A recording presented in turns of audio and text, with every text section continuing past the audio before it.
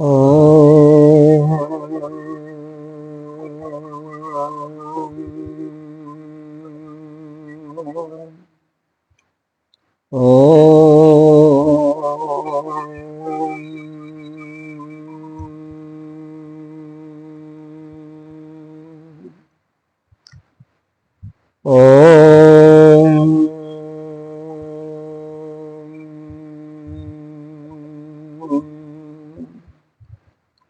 ओम भद्रं गणेशयामदेवा भद्रं पश्येमाक्षवीर्यजत्रा स्त्रियङ्गैस्तुष्टवांसस्तनोभिः दशेमहि देवहितं यदायुः। ओम शांति शांति शांति। ओम स्वस्ति न इंद्रो वृतश्रवा स्वस्ति नः पूषा विश्ववेदाः स्वस्ति नस्ताक्षरो वरिष्ठनेमि स्वस्ति नो बृहस्पतिर्दधातु। ओम शांति शांति शांति। शंकरं शंकराचार्यं केशवं बादरायणं सूत्रभाष्य कृतौ वन्दे भगवन्तौ पुनः पुनः। ईश्वरो गुरुरात्मेति मूर्तिभेद विभागिनि व्योमवत् व्याप्तदेहाय दक्षिणामूर्तये नमः। अखण्डमण्डलाकारं व्याप्तं येन चराचरं तदपदं दर्शितं येन तस्मै श्रीगुरुवे नमः। अज्ञानतिमिरान्धस्य ज्ञानाञ्जनशलाकया चक्षुरुन्मीलितं येन तस्मै श्रीगुरुवे नमः। गुरुर्ब्रह्मा गुरुर्विष्णु गुरुर्देवो महेश्वरः गुरुः साक्षात् परं ब्रह्म तस्मै श्रीगुरुवे नमः। त्वमेव माता च पिता त्वमेव बन्धो च सखा त्वमेव विद्या द्रविणं त्वमेव सर्वं मम देव देव। गजाननं भूतगणाधिसेवितं कपितजम्बोफलचारुभक्षं उमाशतं शोकविनाशकारकं नमामि विघ्नेश्वरपादपङ्कजम्। अनंत श्री विभूषित 1008 श्री पंचायती महानिवाड़ी अखाड़ा की वरिष्ठ श्रोती ब्रह्मनिष्ठ महामंडलेश्वर एवं उत्तर प्रदेश समाज के अध्यक्ष श्री सदगुरुदेव भगवान के चरणों में कोटि कोटि नमन बंदन। निर्वाण पीठाधीश्वर 1008 श्री पंचायती महानिर्वाणी अखाड़ा के आचार्य वरिष्ठ महामंडलेश्वर श्रोती ब्रह्मनिष्ठ एवं बीकानेर राजस्थान के राजगुरु श्री स्वामी जी के चरणों में कोटि कोटि नमन बंदन। यहाँ के अधिष्ठान देव संतजन भक्तजन सभी के अंतःकरण में विराजमान आप सिर्फ परमात्मा को नमन करते हैं। हम लोग इस औलाद शांति प्रकरण का चिंतन करते हुए देखा कि जिस समय चित्त में स्पंदन समाप्त हो जाती है उस समय चित्त में कोई भी गति नहीं होती, यानी गति का विहीन हो जाता है, गतिहीन हो जाती है, अर्थात वही आपका अपना स्वरूप है। बाद में जो द्वैतवादियों ने चतुष्कोटि प्रकार के नस्ति नास्ति अस्ति नास्ति नास्ति नास्ति इस प्रकार से जो आत्मा को आच्छादित करते हैं जब तक उनके अंदर से यानी किसी भी साधक के अंतःकरण से जब तक यह जो चतुष्कोट प्रकार के यानी 4 प्रकार के आत्मा के ऊपर एक आवरण का काम डालने का जैतवादियों ने बताया, जब तक उससे वह मुक्त नहीं होती तब तक वह अपने स्वरूप में स्थित नहीं हो सकती। क्यों कि जो चीज मिथ्या है उसमें सतत बुद्धि का भाव होना यह हमेशा ही त्याज्य है। परमार्थिक दृष्टि से वह आत्मा शुद्ध, अज, अमर, अभय और निश्चल है। उसमें किसी प्रकार की मिथ्या आरोपण का कोई भी लेश मात्र भी शंका नहीं करनी चाहिए। आगे जैतवादियों के मतों का खंडन करने के बाद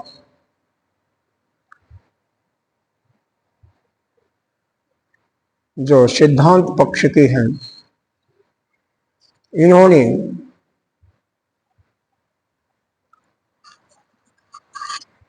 तीन अवस्थाओं का जिक्र करते हुए, क्योंकि इस ज्ञान को प्रक्रिया के अनुसार कैसे प्राप्त करना है तो उसके अनुसार बताना शुरू किया और बाद में प्रक्रिया का भी उसका भी अपवाद कर देंगे। प्रक्रिया में 3 अवस्थाएं लिया। कौन कौन अवस्था लिया? लोक अवस्था यानी जागृत अवस्था,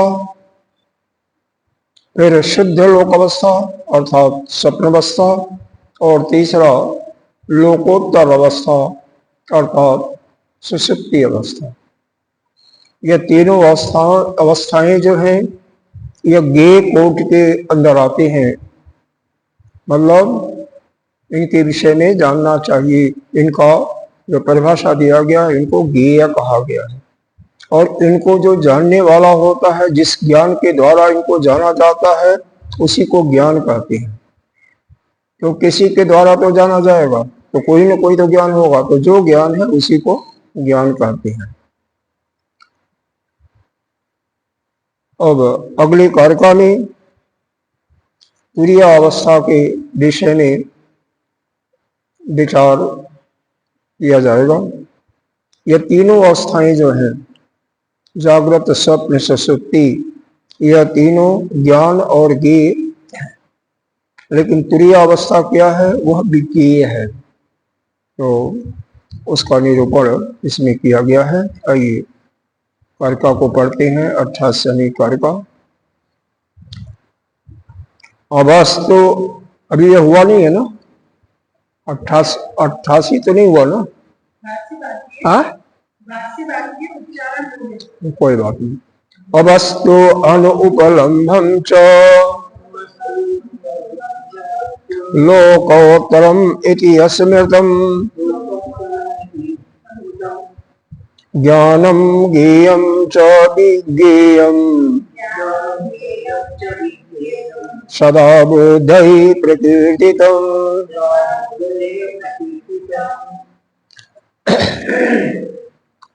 यह लोकोत्तर, लोकोत्तर का मतलब जो लोक वाले किसे कहते हैं उसको समझें।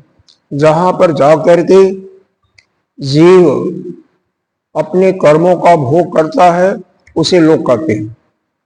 जैसे आप सभी यहाँ पर आए हुए हैं इस लोक में किस लिए? अपने ही पिछले कर्मों का भोग करने के लिए। तो यह क्या कहलाता है आपके लिए? लोक कहलाता है। ठीक है।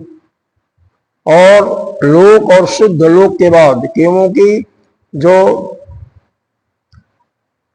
पहले 2 लोकों का जिक्र किया गया था, लोक और शुद्ध लोक यानी जागृति और स्वप्न, तो उसके पश्चात जो अवस्था आती है उसी को अस्मृतम यानी सुषुप्ति अवस्था कहा गया।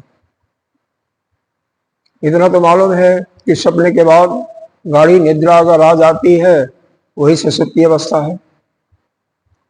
तो अब इन दोनों का खंडन किया गया। क्या? अवस्तु अनुपलम्भम, अगर वस्तु उपलब्ध नहीं है, वस्तु नहीं है, तो वह जागृत अवस्था नहीं है। यानी जागृत अवस्था में वस्तु का होना आवश्यक है। अनुपलम्बम, और अनुपलम्ब भी नहीं है, इससे स्वप्न अवस्था का भी खंडन कर दिया गया। वस्तु भी नहीं है और उसकी उपलब्धता ग्राहक का कार्य भी नहीं दिखाई देता है, इसलिए दोनों अवस्थाओं को एक साथ इनका व्यतिरेक कर दिया गया कि जागृति और स्वप्न दोनों का व्यतिरेक कर दिया। ज्ञानम ज्ञेयम च विज्ञेयम सदा बुद्धि प्रकृतितम, यह तीनों अवस्थाओं को क्या कहा गया? यह ज्ञेय कहा गया, और इनको जिस ज्ञान के द्वारा जाना जाता है उसे ज्ञान कहा गया।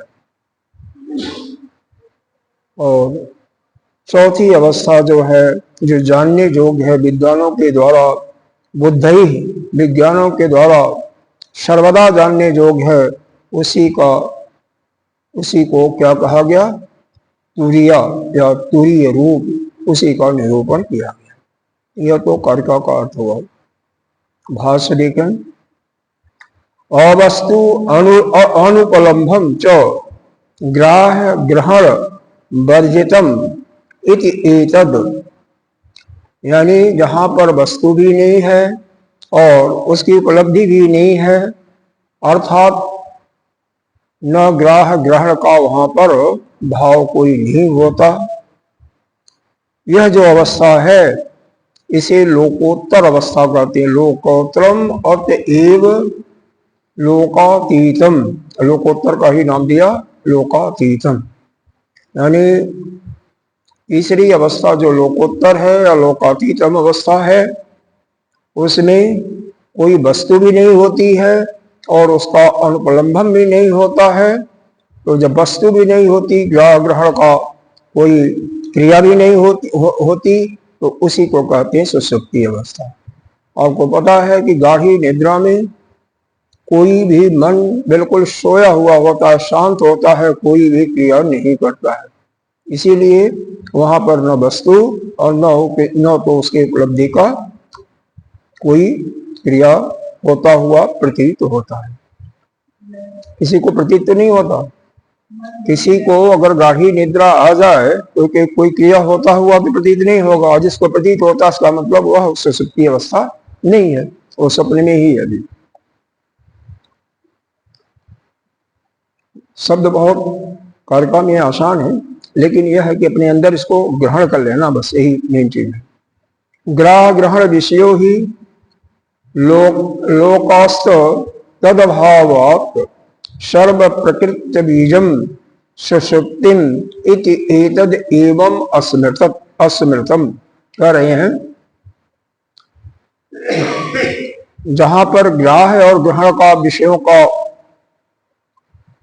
होता है भोग, उसी को क्या कहते हैं? लोक कहते हैं। लोक का परिभाषा यही है कि जहां पर ग्राह्य और ग्रहण का भाव होना दिखाई देता है, लेकिन अभावत सर्वम, लेकिन जब उसका अभाव हो जाता है, समस्त प्रकार से अभाव हो जाता है, तो यह सुषुप्ति अवस्था सुषुप्तम इति देवम, जहां पर प्रवृत्ति बीजम, जो कि सभी प्रवृत्तियों का बीजभूत है, ऐसा माना गया है। यानी सुषुप्ति अवस्था एक प्रकार से समझिए कि हिरण्यगर्भ, जो कि सभी प्रवृत्तियों का जितने भी आप जागृत अवस्था में लेन देन व्यवहार करते हुए दिखाई देते हैं, जितने भी आपकी वासनाएं होती हैं, जो भी क्रियाकलाप होती हैं, सभी का एक प्रकार से बीज है।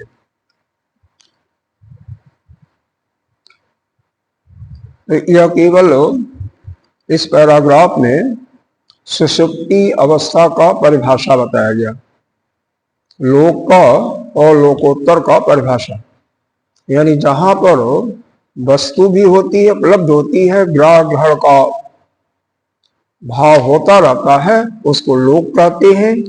और जहां पर वस्तु भी नहीं है, उपलम्बता भी नहीं है, यानी ग्रह ग्रहण का भाव भी नहीं होता है, और समस्त बीजों का, समस्त प्रवृत्तियों का बीज वहां पर होता है, उसी को क्या कहते हैं? सुषुप्ति अवस्था। क्यों बीज क्यों होता है? सुषुप्ति अवस्था से जैसे ही आप वापस आते हो, जगते हो, सभी कुछ ध्यान में आ जाता है। कोई ऐसा नहीं होता है, रात को अगर चश्मा कहीं भी रखे होंगे, पुस्तक कहीं रखे होंगे, तुरंत ध्यान आ जाता है। हो सकता है कुछ सेकंड तो लगेगा, लेकिन ध्यान आ जाता है। इसीलिए कहते हैं वो बीज। स उपायम परमार्थ तत्वम लौकिकम शुद्ध लौकिकम लोकोत्रम च क्रमेण येन ज्ञानेन ज्ञायते तत् ज्ञान। अब यहाँ पर ज्ञान का परिभाषा बताया जा रहा है।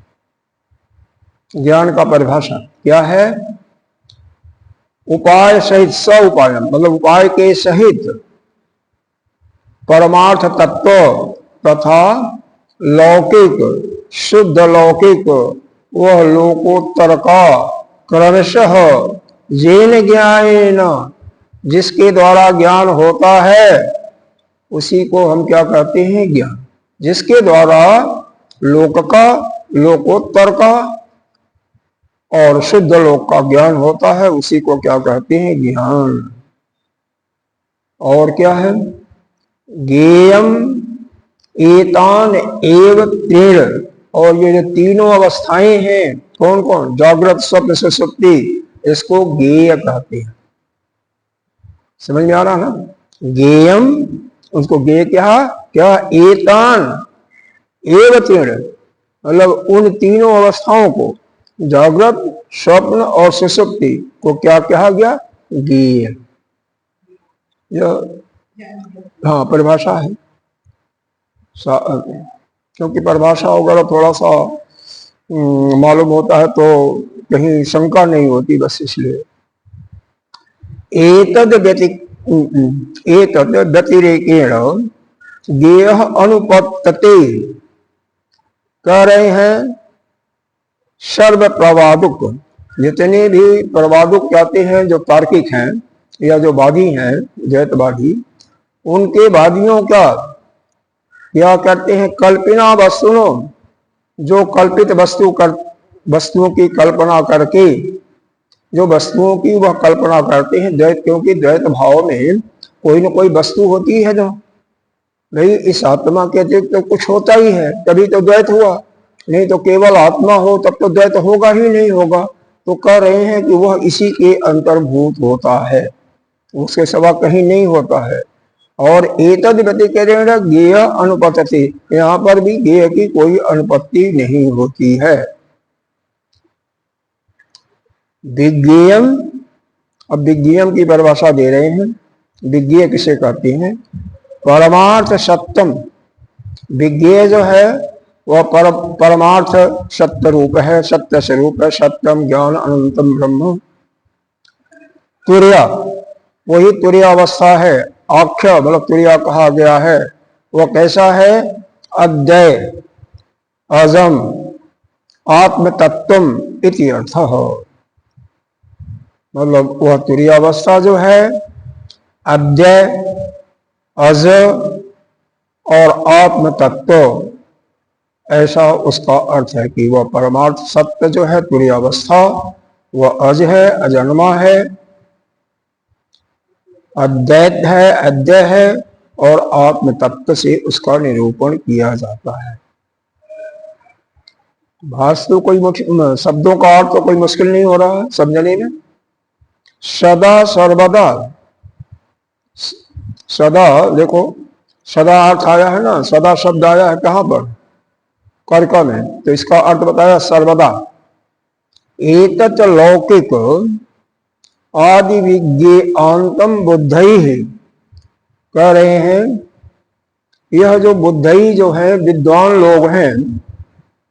बुद्धिमान कौन है? जो आत्म तत्व को जानते हैं, बुद्धिमान। एतत् अरे एतत् कहाँ चला गया?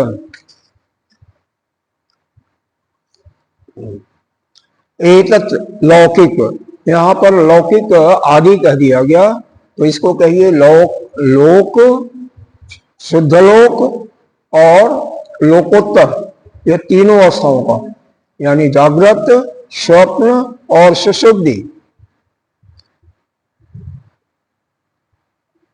और यह क्या है? यहां से लेकर के विज्ञेय पर्यंत, विज्ञेय अंतम यानी विज्ञेय तक जो परमार्थदर्शी हैं उसको क्या माना है?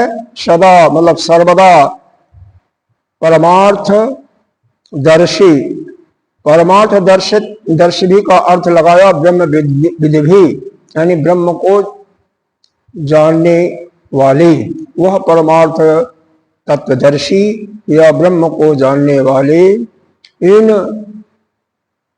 जहां से बताया जा रहा है सर्वदा जो है हमेशा लोक से लेकर के और इस तुर्यावस्था तक इन अवस्थाओं का जो निरूपण किया है उसका नाम दिया है परमार्थ दर्शी।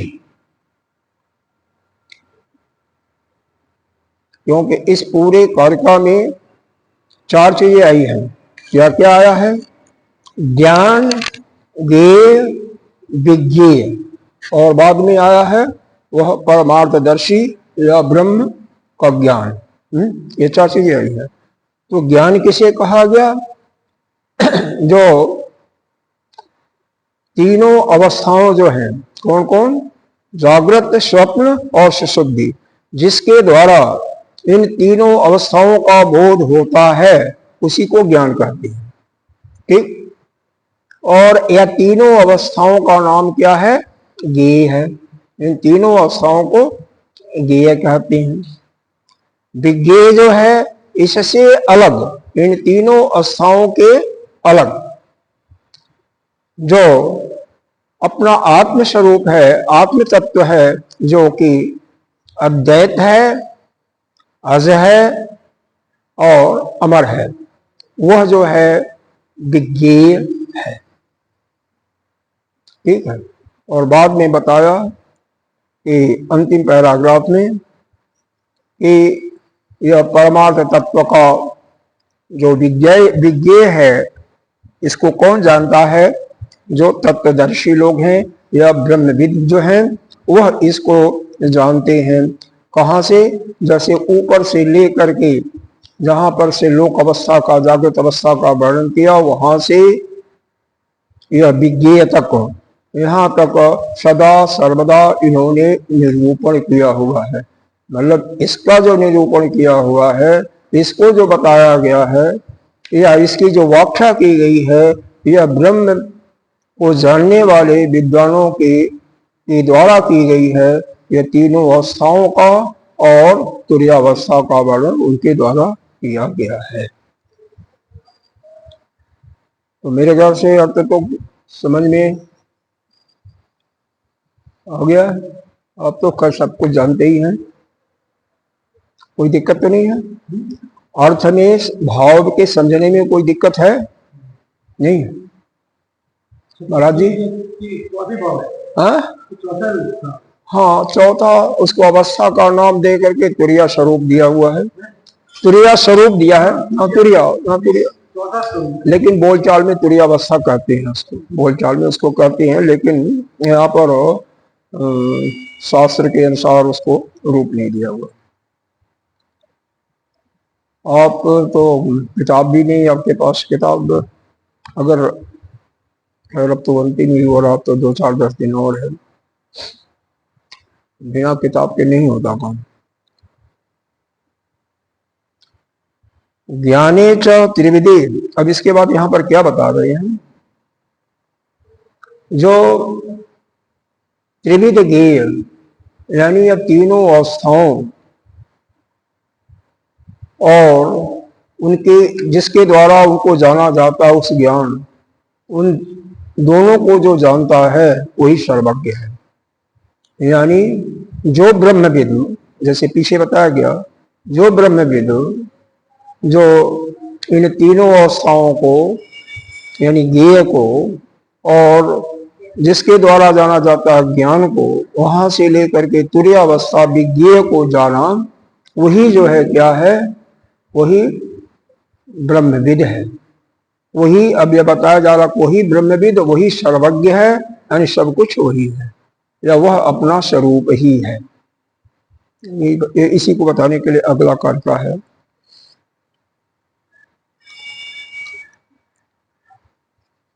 ज्ञाने च त्रिविदेगे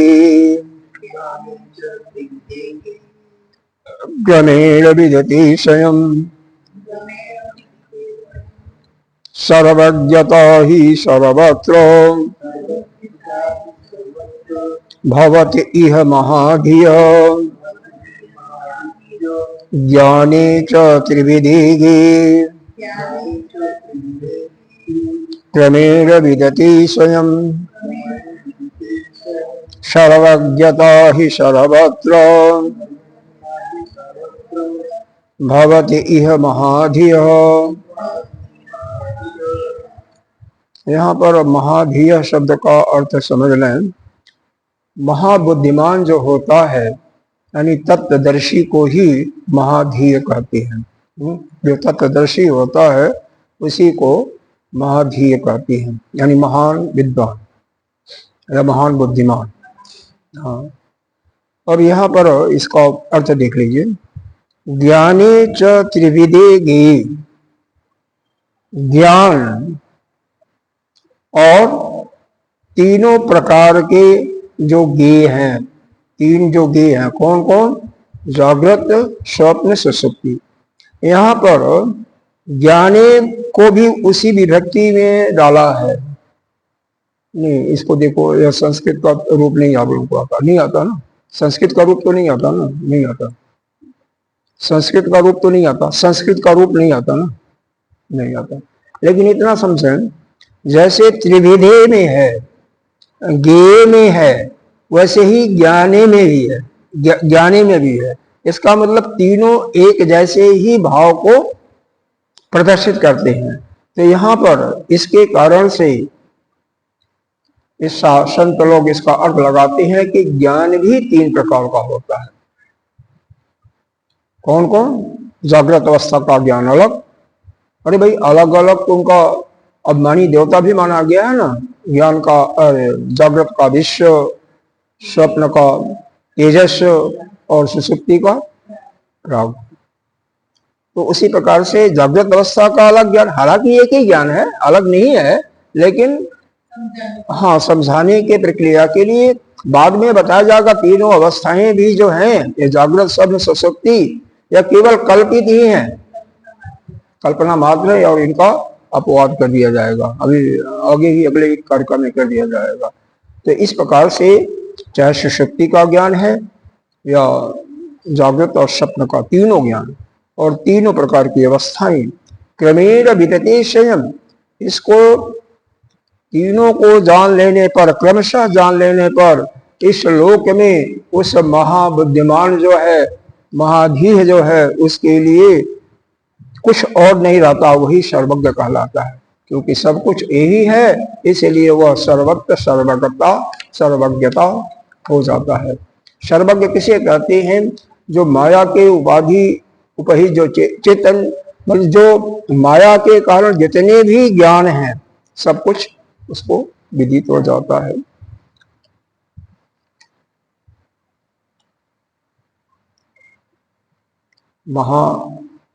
महाधीय शब्द याद रखिएगा, महाबुद्धिमानो या महाधीय, धी धातु है ना, धी माने बुद्धि होती है। हाँ, तो जिसकी बुद्धि बहुत ही तेजस्वी होती है उसको महाधीय कहते हैं, महाबुद्धिमान, महाबुद्धिमान। और यहाँ पर आप कह सकते हैं कि जो यह आत्म तत्व को जानने वाला है सर्वविद, वही महाधीय है। क्योंकि यहाँ पर जो प्रकरण चल रहा है वह आत्मा का ही प्रकरण चल रहा है, अपने आप को जानने का। तो इसको अर्थ यहाँ पर ऐसा कर सकते हैं। अगला और इसका भाष्य देखना पहले। ज्ञाने च लौकिक आदि विषय, ये जो मैं पढ़ रहा हूं ना, थोड़ा सा संधि स्पष्ट करने की कोशिश करेंगे तो समझने में बाद में दिक्कत नहीं आएगी। ज्ञाने च लौकिक आदि विषय ज्ञे च लौकिक आदौ त्रिविधे।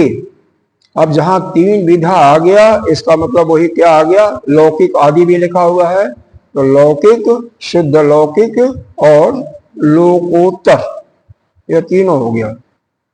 इनको बताया गया है, बाद में बताया भी है भाष्यकार ने। पूर्वम लौकिकम स्थूलम, मतलब लौकिक जो अवस्था है वह क्या है, स्थूल है, क्योंकि वहां पर स्थूल विषयों का भोग होता है। जागृत अवस्था में किसका भोग करते हो, स्थूल वस्तु का ना, तो वही लिखा हुआ है। तो अब इसका अर्थ साथ साथ करें। लौकिक आदि विषयों का ज्ञान अर्थात जागृत स्वप्न सुषुप्ति अवस्थाओं का ज्ञान, और ज्ञेय च लौकिक आदि त्रिविधौ, ये जो तीनों अवस्थाएं जो ज्ञेय कही जाती हैं, जागृत स्वप्न सुषुप्ति कहिए या लौकिक, शुद्ध लौकिक और लोकोत्तर। तो पहला जो है पूर्व वाला, पहले वाला अवस्था जो है क्रम से क्या है, वह लौकिक है या लोक है या जागृत अवस्था है, एक ही नाम है, ठीक है, पर्यायवाची है। वह स्थूल उसका भोग होता है, उसे जो वस्तुएं होती हैं स्थूल रूप से ग्राह के रूप में दिखाई देती है। तत् अभावेन पश्चात, और जब उस वस्तु का देखो अभावेन हो गया, उसका अभाव हो गया, मतलब वस्तु का अभाव हो गया, तो पश्चात शुद्ध लौकिकम, उसके बाद दूसरी अवस्था क्या आती है, शुद्ध लौकिक, यानी स्वप्न अवस्था जो है वह शुद्ध लौकिक होती है। तद अभावेन, और वह अवस्था भी जब अभाव हो जाता है तो कौन अवस्था आती है, लोकोत्तर अवस्था या सुषुप्ति अवस्था आती है। लोकोत्तरम इति एवं क्रमेण अस्थान्तराभावेन, इस प्रकार से यह क्रम से तीनों अवस्थाओं, और तीनों अवस्थाओं का जब अभाव हो जाता है, त्रय अभावेन, तीनों अवस्थाओं का अभाव हो जाता है, मतलब जहां पर जागृत अवस्था भी नहीं है, स्वप्न भी नहीं है और सुषुप्ति भी नहीं है, तीनों अवस्थाओं का अभाव हो गया। ये सब थोड़ा सा अनुभव करने की चीज है, करना चाहिए। जागृत में ही कर सकते हैं, आप सुषुप्ति में अनुभव नहीं कर सकते हैं। सुषुप्ति में अगर अनुभव करना चाहें तो ये संभव नहीं है।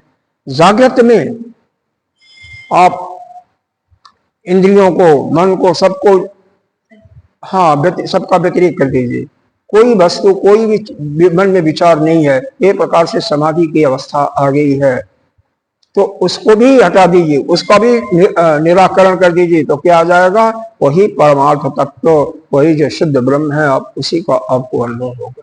वही चीज बताने के लिए किया जा रहा है। ये जो कारिका है उसी परमार्थ तत्व का ही विवेचन कर रही है।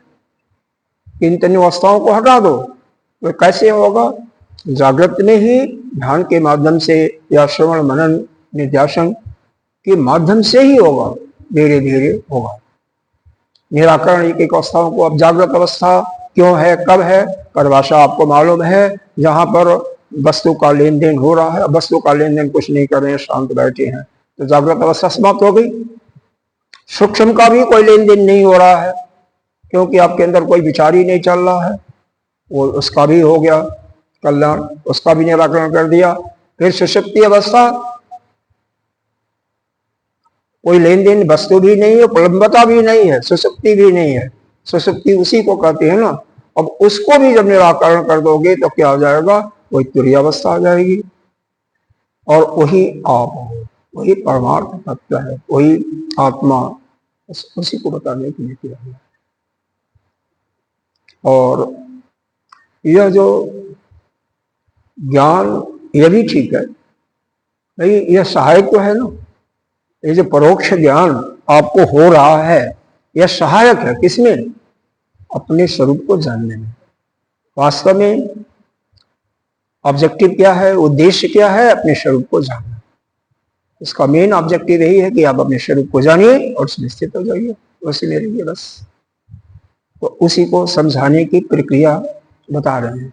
यह क्रम से बताया हुआ है जैसे आसानी से सबको समझ में आ जाए, क्योंकि जागृत अवस्था सभी लोगों ने देखा हुआ है, सपन का भी व्यवहार किया हुआ है, सुषुप्ति को भी लगभग सभी को पता ही है कौन सी सुषुप्ति अवस्था कहलाती है, इसीलिए इसको क्रम से बताया जा रहा है।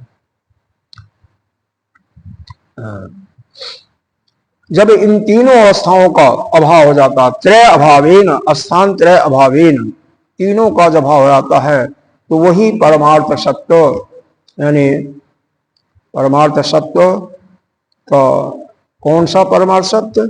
जो अद्वय है, अज है और अभय है, यानी तुरीयावस्था, उसको क्या कहा जाता है? तुरीय अवस्था। वह जो परमार्थ सत्य है, अद्वय, अजन्मा और अभय रूप, वो जो तुरीया को जो जान लेता है तो स्वयं एवं आत्म स्वरूपम एवं, यह उस लोक में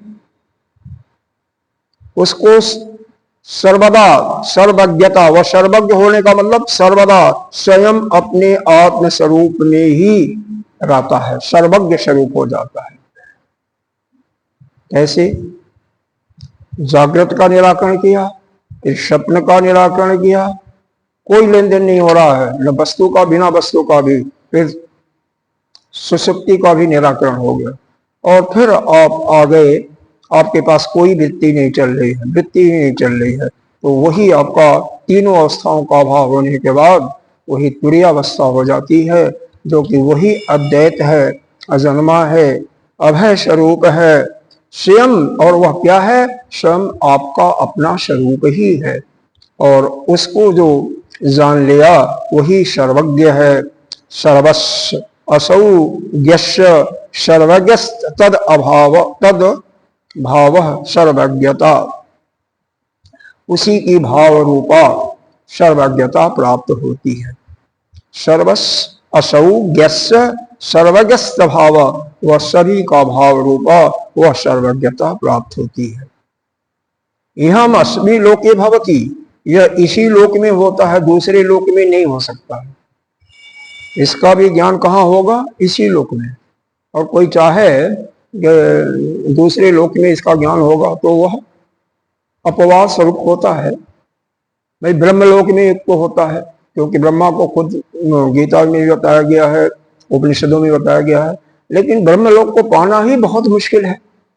ब्रह्मलोक अगले जन्म में आप पहुंचोगे, वहां तक पहुंचोगे नहीं तो उसमें भी तो बहुत पापड़ बेलने हैं, बहुत परिश्रम करना है, तो क्यों उसका इंतजार करो। बाकी और जितनी भी जोनियां हैं उसमें तो अपवाद स्वरूप किसी को हो गया, जैसे कागभूषुंडी जी को कौवे के रूप में जोनी में ज्ञान प्राप्त हो गया था, वो बात अलग है। इंद्र को देव जोनी में ज्ञान प्राप्त हुआ, लेकिन फिर भी कितना 104 साल तपस्या करने के बाद, नहीं 100 साल करने के बाद, 121वें साल में 32 या 96 और 400, तो वह अपवाद है। सभी इंद्र थोड़ी हो जाएंगे, सभी कागभूषुंडी भी नहीं हो सकते। कागभूषुंडी कितना बड़ा पूर्व जन्म में तपस्वी था, वो तो उसका केवल एक आग्रह होता है। इसीलिए आप लोगों को मैं कहता हूं कि आग्रह मत कीजिए अपना किसी चीज का। कागभूषुंडी को भी आग्रह था, अब उसके गुरुदेव पढ़ा रहे थे ज्ञान को, ज्ञान तत्व का निरूपण कर रहे थे, और वह उनको उस समय वो कौवे के रूप में नहीं थे, उस समय तो ब्रह्मचारी थे, ब्राह्मण के बच्चे थे, बहुत बड़े भक्त थे भगवान के। उनको भगवान की भक्ति, भगवान के सिवा और कुछ दिखाई नहीं दे रहा था, उनको केवल भक्ति दिखाई दे रही थी। तो वह हमेशा भक्ति भक्ति कहते हुए गुरुदेव को वहां पर थोड़ा सा क्रोध आ जाता है, वो श्राप दे देते हैं। लेकिन भगवान में उनकी इतनी तन्मयता थी कि वह सब कुछ होने के बाद खुद गुरुदेव को बोलना पड़ा कि ठीक है, आपको ज्ञान इसका रहेगा, पूरा रहेगा, और पूरे तत्व का हमको ज्ञान रहा। बाद में गरुड़ जी को भी उपदेश देते हैं, कहानी पढ़े होंगे, रामायण में पढ़े होंगे, जब गरुड़ जी को अभिमान हो गया था। क्यों अभिमान हो गया था? भगवान पूरे सेना को वो नागपाश से बांध दिया था। नागपाश से बांधने के बाद छुड़ाया तो इन्होंने, काटा तो इन्होंने ही, गरुड़ ने। गरुड़ जो है नागों को खाने वाले हैं, तो उससे सभी नागों से इन्होंने मुक्ति किया। अब होता है यह अभिमान किसी को भी आ सकता है कि जिसका कल्याण मैं कर रहा हूं, मेरे द्वारा जिसका कल्याण हो रहा है, वो कैसे परमात्मा हो सकता है, यह ऐसा इनके अंदर भाव आ जाता है। यह भगवान है, राम जी की बात हो रही है, यह भगवान है, लेकिन यह तो खुद नागपाश में बंधे हुए थे और मैं सहायता नहीं करता तो इसी में पड़े रह जाते। ये कैसे भगवान है? यह नहीं सोचे कि भगवान की लीला। तो खैर, उस जो उनके अंदर एक अभिमान का मद आ गया, उसको निराकरण करने के लिए पहले ब्रह्मा जी के पास जाते हैं। ब्रह्मा जी ने शिव के पास भेजा, शिव जी ने अंत में कहाँ भेजा? उस पर्वत पर जहाँ पर काकभूषणी जी रहते हैं। और काकभूषणी जी ने उत्तरकांड में आता है, उत्तरकांड में ज्ञान दिया और फिर उनको ज्ञान हो गया। क्योंकि ज्ञानी ही दूसरे को ज्ञान दे सकता है, जो स्वतः ज्ञानी नहीं है वो दूसरे को ज्ञान नहीं दे सकता है। तो यह अपवाद है दूसरे जोनियों में। इसीलिए केन उपनिषद में आया है ना कि अस्मिन लोके, अस्मिन शरीरे, अस्मिन लोके और अस्मिन काले, इसी में ज्ञान प्राप्त कर लो तो श्रेष्ठ है। इसी शरीर से, इसी लोक में और इसी समय, समय भी आगे नहीं, क्योंकि आगे पता नहीं आपका सांस चलेगी नहीं चलेगी, कुछ पता नहीं। इसीलिए पढ़ाया तो मैं नहीं था, पिछले साल अप्रैल में पढ़ाया था केन उपनिषद, नहीं ध्यान आ रहा। हाँ, नहीं ध्यान आ रहा, और थोड़ा सा रिपीटिशन होते रहना चाहिए, क्योंकि पन्ने जब तक पलटे नहीं जाएंगे, मतलब उनका एक बार स्मरण नहीं किया जाएगा तो भूल जाता है। तो सबसे अति उत्तम है, नहीं तो महती विनष्टि। महती विनष्टि इसीलिए लिखा कि भाष्यकार का शब्द है महती विनष्टि, तदेव तदेव करके लिखा ना, चैनम चेती, कि जन्म मृत्यु में बारंबार जन्म लेना, माता के जोनी में जाना, दुख सुख भोगना, यही प्रक्रिया चलती रहेगी। इसीलिए महती विनष्टि कहा गया। और जहां तक समय नहीं देखना है कि कब हम बाद में करेंगे, अभी इसी समय ज्ञान, इसी समय ज्ञान, इसी लोक में, इसी शरीर से, और कुछ नहीं है। बस यह संसार मिथ्या है, इसी को अपने आत्मभूत कर लेना है। केवल हम ही एक हैं, यानी ब्रह्म ही एक ही आत्म तत्व है, उसके अलावा कुछ नहीं है, यही आपका ज्ञान है। भेद दृष्टि समाप्त हो जाए, बस कोई बहुत बड़ा प्रक्रिया नहीं है। आप लोग उससे गुजर चुके हो, परोक्ष ज्ञान आप लोगों को हो चुका है, लेकिन उसको केवल अपने अंदर आत्म अनुभव करना है, और ध्यान के माध्यम से ही होगा, चिंतन करना पड़ेगा। आइए इसका भाष्य देखिए। ज्ञाने च लौकिक आदि विषय, लौकिक आदि विषय का जो ज्ञान है, लौकिक आदि, आदि का मतलब लौकिक, शुद्ध लौकिक और लोकोत्तर। आसान शब्दों में जागृत, स्वप्न और सुषुप्ति अवस्थाओं का ज्ञान। ज्ञेय च लौकिक आदि त्रिविधे, और तीनों अवस्थाएं जो है, जो ज्ञेय हैं, यानी जागृत, स्वप्न, सुषुप्ति। पूर्वम लौकिकम स्थूलम, पहले वाली अवस्था जो है लौकिक जो है, उसमें स्थूल वस्तुओं का बोध होता है, और उसके अभाव में, तद अभावी, जब स्थूल वस्तु का अभाव हो जाता है, पश्चात शुद्धम लौकिकम, तो उसके बाद की जो अवस्था आती है उसको शुद्ध लौकिक कहते हैं या स्वप्न अवस्था कहते हैं। और तद अभावे, फिर जब स्वप्न अवस्था का अभाव हो जाता है, लोकोत्तरम इति एवं क्रमेण, तो क्रमशः उस अवस्था को सपन के बाद में जो आती है सब उसको सुषुप्ति अवस्था कहती है। स्थान त्रय अभावेन, और इन तीनों अवस्थाओं का जब अभाव हो जाता है तो क्या हो जाता है? परमार्थ सत्य, वही परमार्थ सत्य स्वरूप आपका अपना स्वरूप है जो अद्वय है, अज है, अभय है, उसको जान करके स्वयं एवं आत्म स्वरूप में, स्वयं अपने आत्म स्वरूप को जो जान लेता है वही सर्वज्ञ हो जाता है। उसी को हम कहते हैं सर्वज्ञ कहते हैं, क्योंकि सर्वस्व भाव जश्च सर्वज्ञासौ, क्योंकि जिसका जो सर्वभाव रूपा प्राप्त हो जाता है उसी को हम क्या कहते हैं? सर्वज्ञता। सभी चीजों का जो ज्ञान हो जाता है। यह अस्मिन् लोके भवति महाधियो महाबुद्धि, यह ज्ञान कहाँ होता है? इसी लोक में होता है। किसको होगा? जो महाबुद्धिमान होगा, यानी जो आत्म तत्व का दर्शी होगा, उसी को इसी लोक में इसका संपूर्ण लोकों से बड़ी वस्तुओं का विषय का ज्ञान रहता है। दूसरे लोक में नहीं, इसी लोक में। सर्वलोक अतिशय वस्तु विषय बुद्धि तु एतत् तु तत् एवं विदः सर्वत्र सर्वता भवति।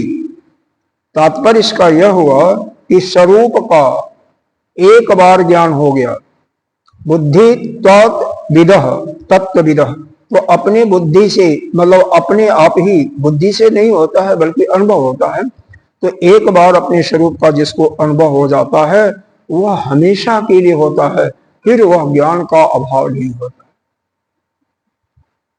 एक बार उसका, लेकिन यहाँ पर थोड़ा सा है क्योंकि नारद को भी पहले जन्म में एक बार हल्का सा झलक भगवान की मिली थी, लेकिन वो भगवान की झलक मिली थी, भगवान के स्वरूप को दिखाई दिया था, ज्ञान नहीं हुआ। वो फिर ज्ञान हो जाता तो फिर नहीं होता, मतलब ज्ञान पूर्ण रूप से एक बार हो गया तो फिर उसका अभाव नहीं होता। भगवान का झलक अलग बात है और वो अलग है।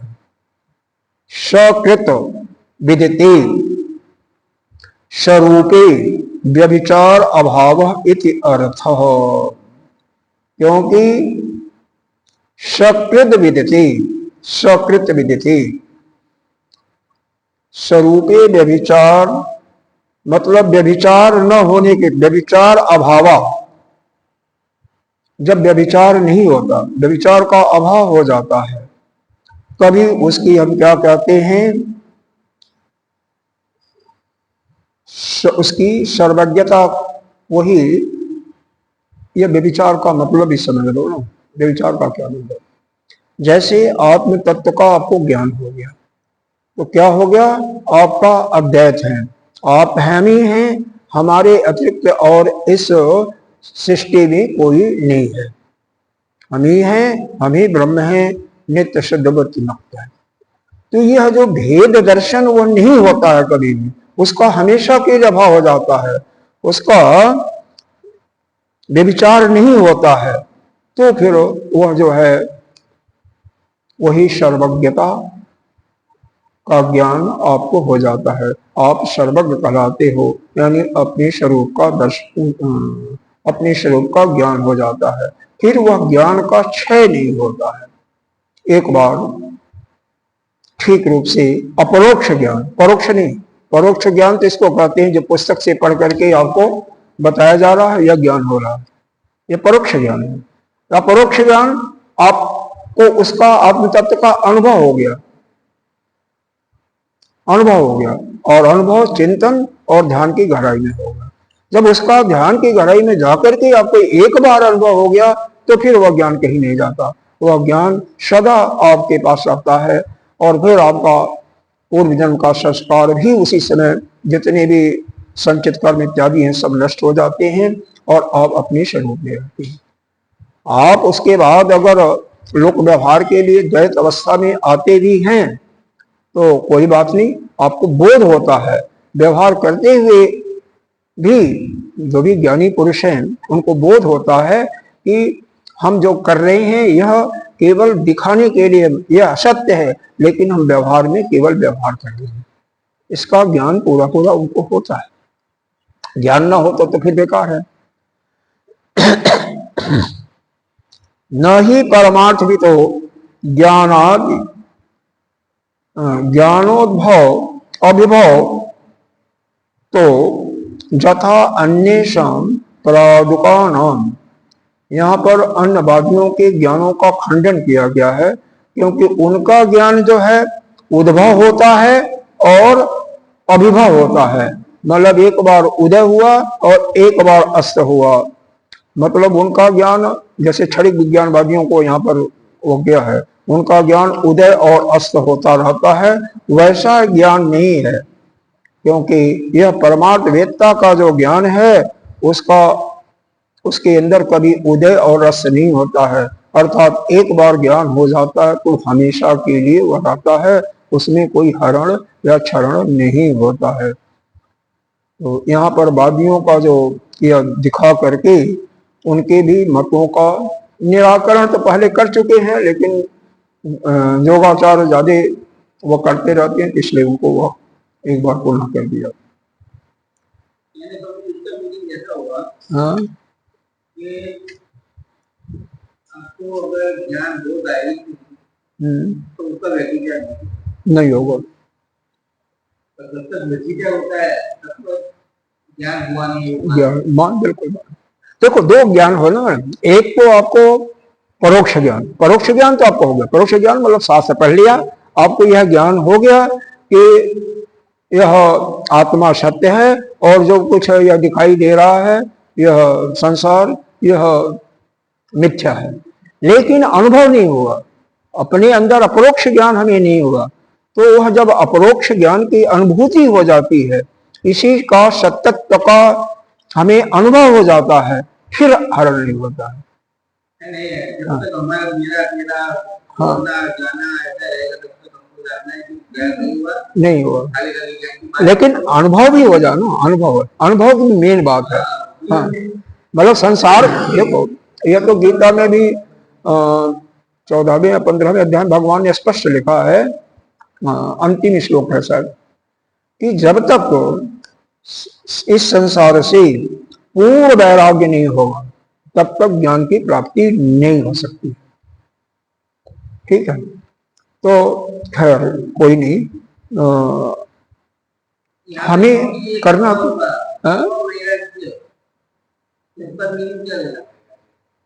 पूर्ण वैराग का मतलब यह हमेशा के लिए अपने मन से किसी भी इच्छा का अभाव, किसी भी कामना का अभाव। लेकिन ऐसा देखा गया है प्रैक्टिकली, जिनका वैराग्य लगभग वैराग को प्राप्त हो चुके हैं, पूरा कुछ न कुछ रह ही जाता है तो भी ज्ञान हो जाता है, ऐसी बातें नहीं है। लेकिन कम से कम मोटा मोटा तो ज्ञान समाप्त हो गया, सूक्ष्म रह जाता है तो भी कईयों को कई ऐसे ज्ञानी मिलेंगे कि उनको रहता है, फिर बाद में धीरे धीरे वो चौथी अवस्था में होते हैं।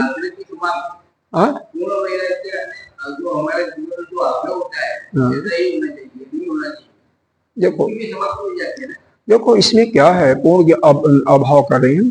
जैसे आपने सब कुछ संसार से, आपको कुछ नहीं चाहिए, ठीक है ना, इसका निराकरण आपने कर दिया, आपको पूरा पूरा वैराग्य हो गया कि हमें किसी चीज की आवश्यकता नहीं, धन की, गाड़ी की, आश्रम की, किसी की आवश्यकता।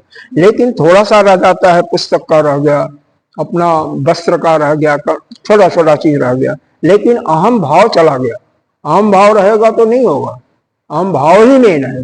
मुख्य रूप से जो गुरु बृहस्पति ने अपने पुत्र कक्ष को बताया था, उनका मेन उद्देश्य यही था, जिस समय अभिमान, अब यह मैं मेरा जो बात कर रहे हो यह पूर्ण रूप से चला जाता है, उसी समय आपको ज्ञान हो। सांसारिक वस्तुओं का उतना वह नहीं है जितना अंदर से है।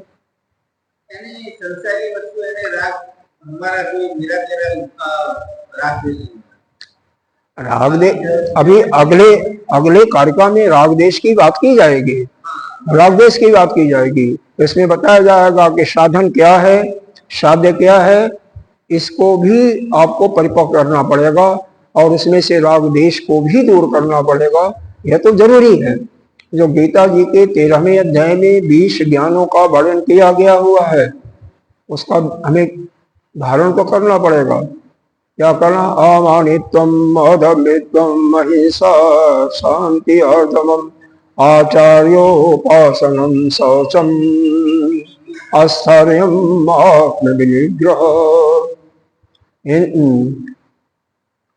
विद्यार्थेषु वैराग्येषु अहंकारेव च जन्म मृत्यु जरा व्याधि दुख दोष अनुदर्शितम् आसक्ति अनुविसंगम पुत्रधारा गृहादिषु नित्यं च समाचितुम् इष्टा निष्ठा उत्पत्तिषु। मतलब यह सब का हमें अभाव तो करना ही पड़ेगा। कम से कम तीनों आश्रयों का अभाव तो करना ही पड़ेगा। वित्तेश्वर, पुत्रेश्वर और लोकेश्वर, इनका अभाव किए हुए नहीं हो सकता है। चलिए कुछ संगति लेकर के पढ़ लेते हैं श्लोक। जो हो जाएगा तो नहीं हो पाएगा कोई बात नहीं। आज वैसे 2 कार का पढ़ लिया बहुत है। लौकिक आदि नाम क्रमेण ज्ञेयत्व एन निर्देशात इवा शंका परमार्थतो मां भूत इति आह। कह रहे हैं जो ऊपर वर्णन किया गया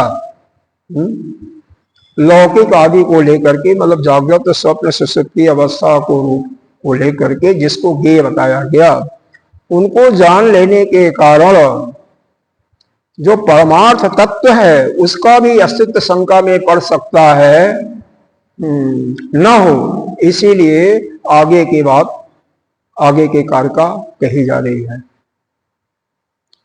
क्योंकि देखो, परमार्थ तत्व को जानने के लिए और भी किसी चीज की जरूरत नहीं होनी चाहिए ना। आप करे हो जागृत स्वप्न सुषुप्ति, उनका भी अभाव, इसका मतलब वो अवस्थाएं हैं तो वह सत्य हैं, तो उनका सत्यता का भी निराकरण किया जाएगा इस अवस्था में। वह जो बताया गया जागृत स्वप्न सुषुप्ति, वह भी केवल प्रतीति मात्र है। जागृत अवस्था का तो पीछे किसी कार्य का निराकरण किया गया था, तो वैसे वह अवस्था केवल मात्र आपको प्रतीति हो रही है, मिथ्या स्वरूप है, उसको कह करके इसका निराकरण किया जाएगा।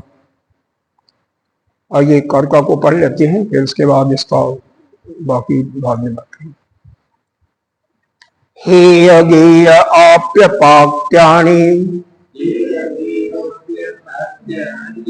विज्ञान ग्रयाणतः तेषाम् अन्यत्र विज्ञेयात् उपलम्भं त्रिषु अस्मृतः। देखिए यहाँ पर 3 चीजों का बात किया। हेय मतलब त्याज्य। त्याज्य क्या है? आपकी तीनों अवस्थाएं, जागृत स्वप्न सुषुप्ति। और ज्ञेय क्या है? अब यहाँ पर ज्ञेय का अर्थ हो जाएगा वही अपना स्वरूप अक्षर ब्रह्म या अपना आत्म तत्व आत्मा। पाक्यानि का मतलब हो जाएगा पांडित्य, साधन क्या है और उसके दोष क्या है, राग देश इत्यादि जिसको त्याज करना है। विज्ञान ग्रयाणतः, तो यह सबसे पहले विज्ञेय का मतलब सबसे पहले यह जानने योग्य है। क्या क्या? हेय क्या है? इसको त्यागना है, तो तीनों अवस्थाओं को त्यागना है। ज्ञेय क्या है? वो अपना आत्म स्वरूप है, वो आप्य हो गया। और पाक्यानि जो साधन और साधनों में जो राग देश इत्यादि दोष है, तेषाम् अन्यत्र, इसीलिए इनके अतिरिक्त किसको? अपने स्वरूप को, ब्रह्म को छोड़ करके शेष तीनों में से केवल उपलम्भ, केवल अविद्या के स्वरूप और कल्पित तत्व ही माना गया है। मतलब उस ब्रह्म को छोड़ करके बाकी तीनों अवस्था केवल मिथ्या मात्र ही मानी गई है और उसको त्यागना है। यानी जो भी हम देख रहे हैं जागृत सुषुप्ति अवस्था, यह हमारी जो सतत बुद्धि है, यह द्वैत भाव के कारण है और इसको भी हमें त्यागना है, तभी हम अपने स्वरूप में स्थित होंगे। अब अपने स्वरूप का वर्णन आगे किया जाएगा। ओम पूर्णमिदः पूर्णमिदं पूर्णात् पूर्णमुदच्यते